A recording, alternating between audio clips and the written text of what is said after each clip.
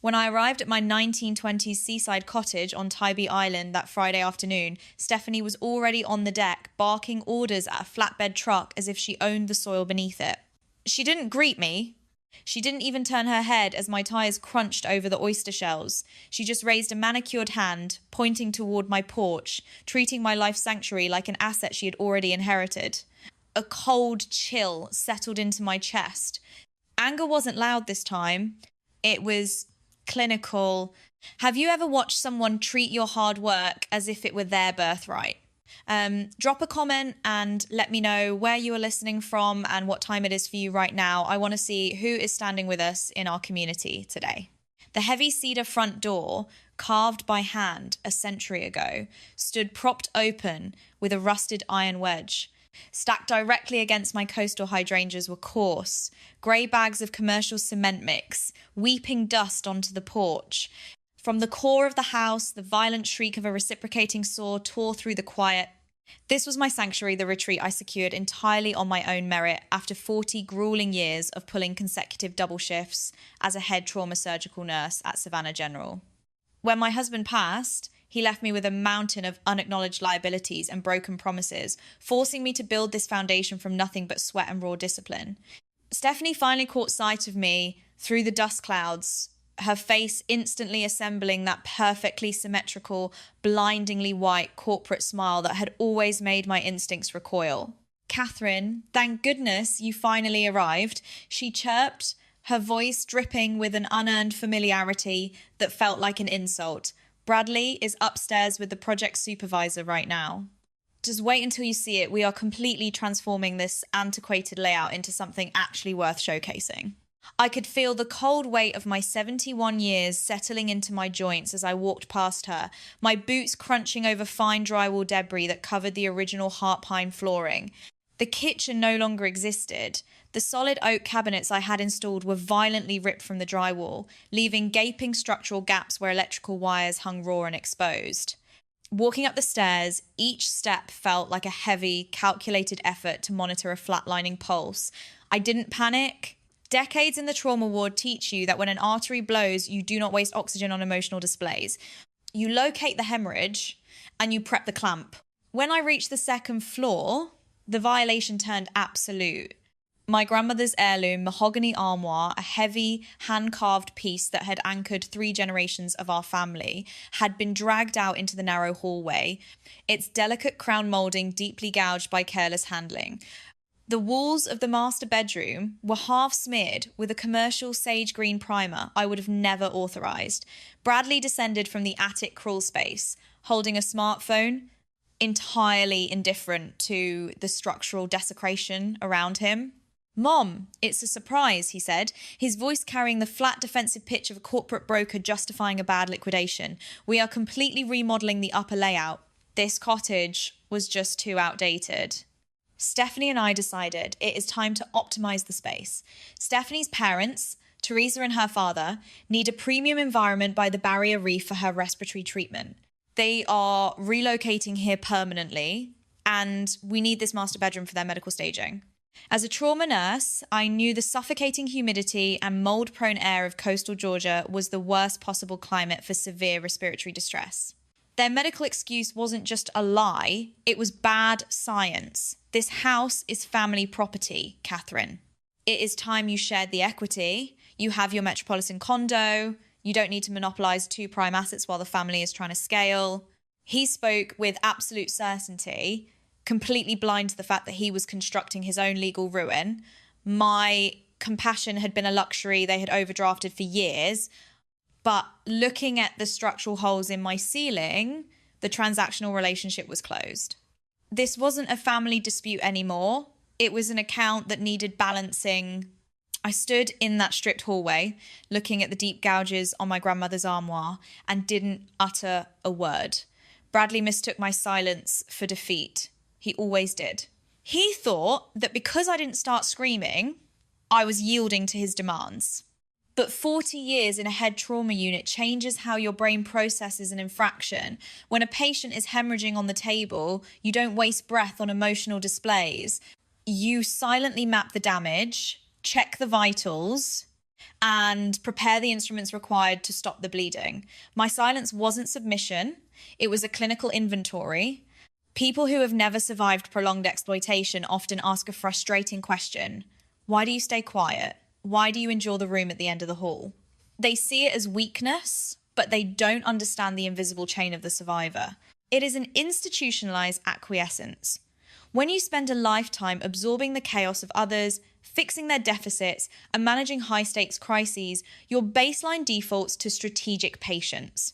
You learn to swallow the initial outrage, not because you are compliant, but because you are gathering evidence. You don't pull the trigger until your legal firing squad is fully assembled.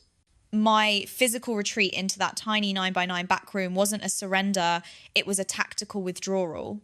Sitting on that single bed, surrounded by my life packed into cardboard boxes, I opened my mental spreadsheet.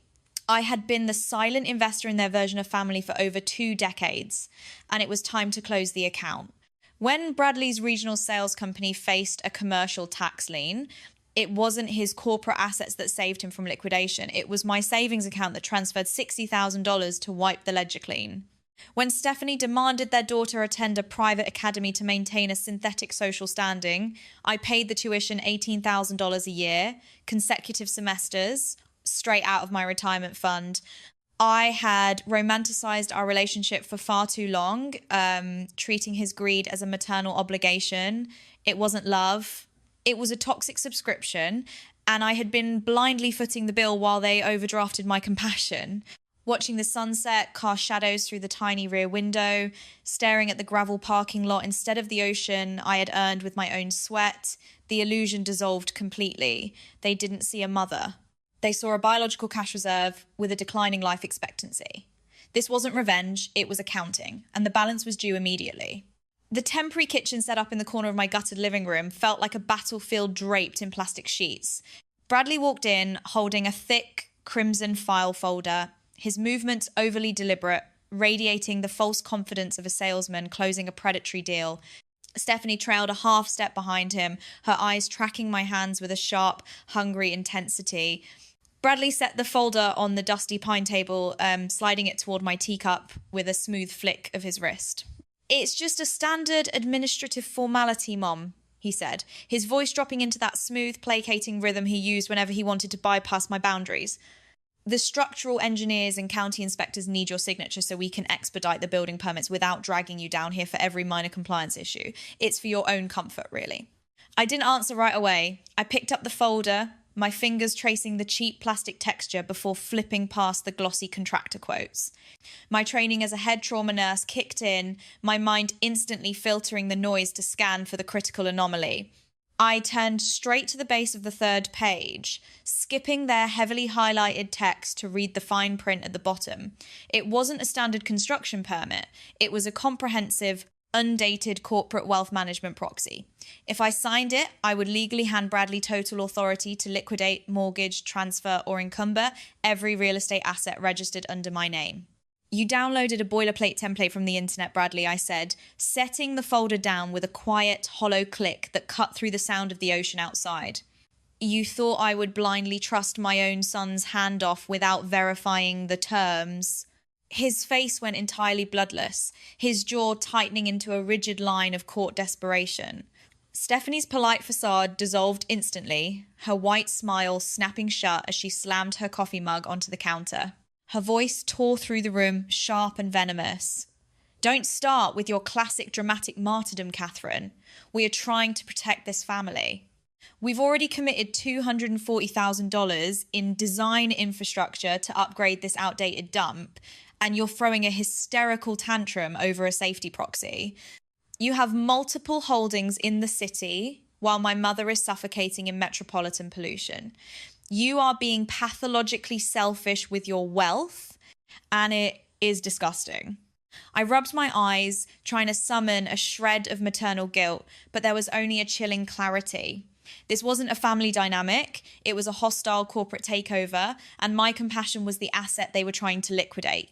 They weren't shocked by their own betrayal, they were merely furious that the cash cow had stopped playing along. I looked at Bradley, seeing the hollow, desperate consumer he had become under Stephanie's toxic guidance. I closed the red folder, locked my eyes onto his, and stood up with absolute composure. I am not signing your proxy, Bradley, and the construction on my land stops today. I turned my smartphone to silent, letting the frantic vibration of their incoming text messages fade into the background. I didn't cry. I didn't pace. I walked up the stairs to the 9x9 rear room, locked the heavy bolt, and sat down at the small desk. Inside my head, their screaming accusations didn't register as insults. They registered as data. I opened my laptop and placed a single call to Walter. He had been my high-stakes real estate litigator for 15 years, a man who understood that when a trauma nurse speaks in an absolute flat baseline, the time for diplomatic mediation has expired. I outlined the exact timeline, the unauthorized demolition, and the fraudulent proxy document they had tried to slip into my files. Walter didn't ask about my maternal feelings. Catherine, he said, his voice a cool, reassuring anchor through the receiver. We are shifting this from a domestic dispute to a strategic asset extraction.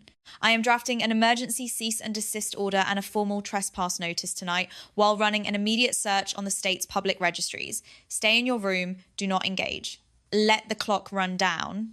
The night passed in an artificial, suffocating silence. From beneath my locked door, I could hear the muffled murmur of their voices continuing late into the dark, planning their next move, still operating under the delusion that they held the leverage. They didn't understand that the host had officially rejected the parasite. I watched the green display of the bedside clock change over the hours, 1 a.m, 2, 3, 4. My mind remained perfectly clear, untethered by guilt.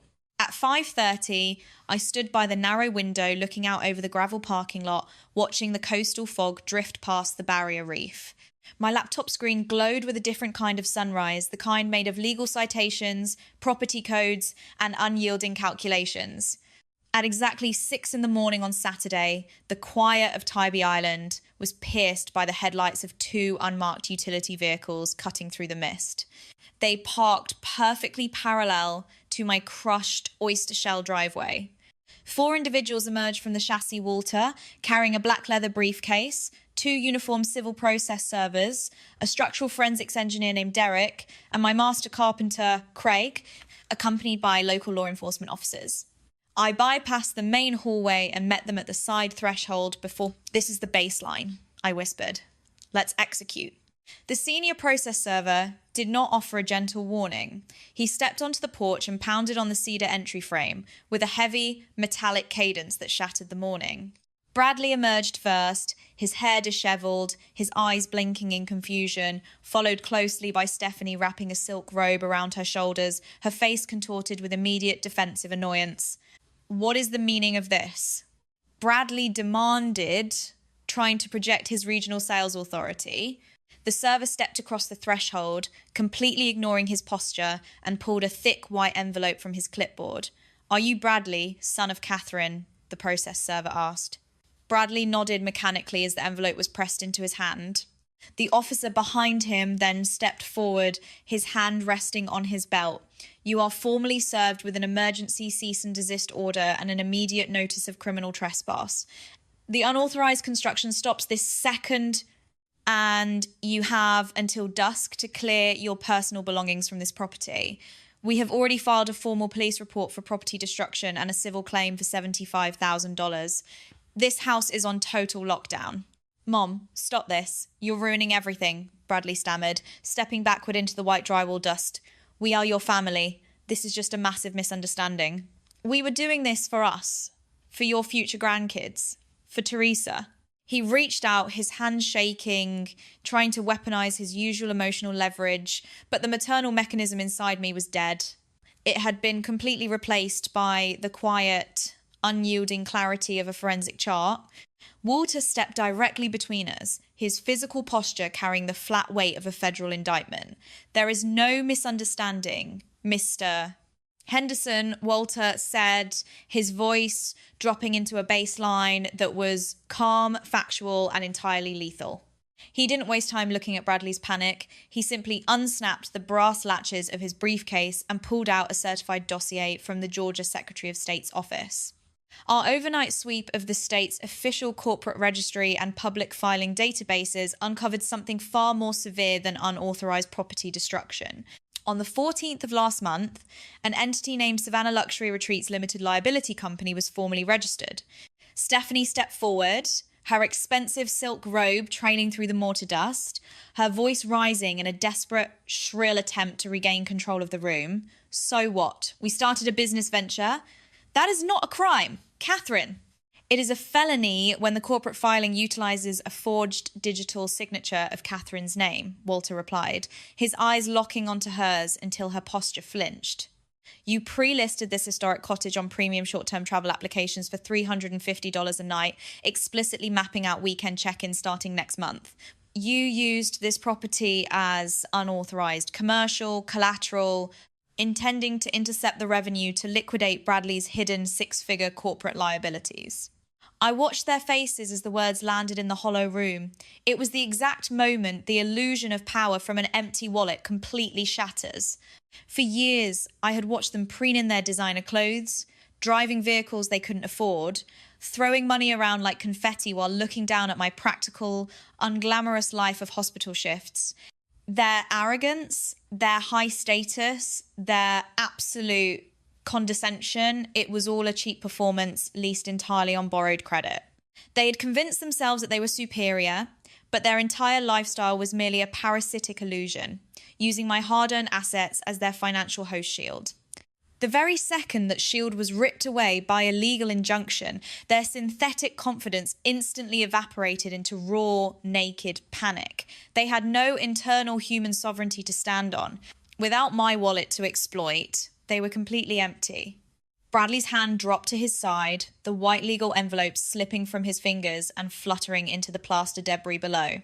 Stephanie's jaw went slack, the avarice in her eyes replaced by the cold, terror-filled realization of what they had done. They weren't just ungrateful adult children throwing a domestic tantrum anymore. They were looking directly into the mouth of systematic grand fraud, and there wasn't a single maternal excuse left in the world to save them. By dusk, the aggressive arrogance that had invaded my driveway was completely pulverized. Bradley stood in the center of the skeletal living room, surrounded by stacked cardboard boxes and taped suitcases. The flatbed truck that had arrived to gut my home was now being reloaded with his own belongings under the watchful eye of my master carpenter, Craig, who stood by the threshold to ensure not a single original heart pine board left the property. Outside, Stephanie sat silently in the passenger seat of their vehicle, staring blankly at her phone. The weaponized internet smear campaign she had launched, complete with a fabricated photo of her mother wearing an oxygen mask to paint me as a monster, had completely backfired the moment Walter released their leaked business text. Logs to the local property owners association exposing their illegal short-term rental scheme and violating strict island bylaws. Bradley approached my armchair, his head bowed, his voice cracking as he held out a crumpled bank draft. "Mom, please," he whispered, looking at me with raw financial panic. I managed to pull together $15,000. I sold the car and borrowed from everyone, but if you take this to trial for the full $75,000, my commercial credit will be completely liquidated and the network will drop my contract. I'll lose the company, we are your family, and you can't strip your only son of his livelihood over a misunderstanding. I looked at him from my olive green armchair, entirely unmoved by his performance. I didn't feel anger, and I certainly didn't feel pity. This wasn't a breakdown of family unity. It was a balance sheet that had finally been audited. I took the crumpled check from his trembling hand and smoothly tore it down the middle, letting The forensic damage report is $75,000, Bradley. I said, my voice matching the clinical chill of the trauma ward. You will sign a structured confession of judgment to pay every single cent. Or Walter will move to seize your corporate assets and personal property. Your 48 hours are up. Get out of my house. They left that night, and the silence that settled over Tybee Island was the most beautiful sound I had heard in years. It took 4 grueling months of inspection clearances, structural testing, and Craig's meticulous woodwork to undo the damage. The kitchen gleamed with solid honeyed oak cabinetry, and the master bedroom recovered its historical permanence. Bradley fulfilled his restitution through strict monthly installments, his unearned pride completely stripped away by legal reality. More importantly, my beach house transformed into a gathering place for retired nurses and lifelong givers, a chosen family built on mutual respect rather than the conditional obligation of blood. I updated my will with Walter, armor plating my entire property portfolio so that it passes directly to the Retired Nurses Foundation. No family member will ever be able to contest it. I've come to realize that cutting off a toxic relationship, even when it's your own blood, is not an act of cruelty. It is a profound act of moral correction.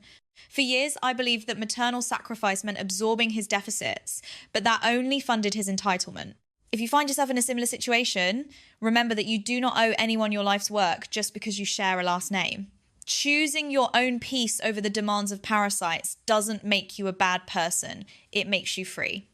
If you know a mother or a professional who is currently sacrificing her well-being for people who only value her wallet, hit that share button and send this story to them right now.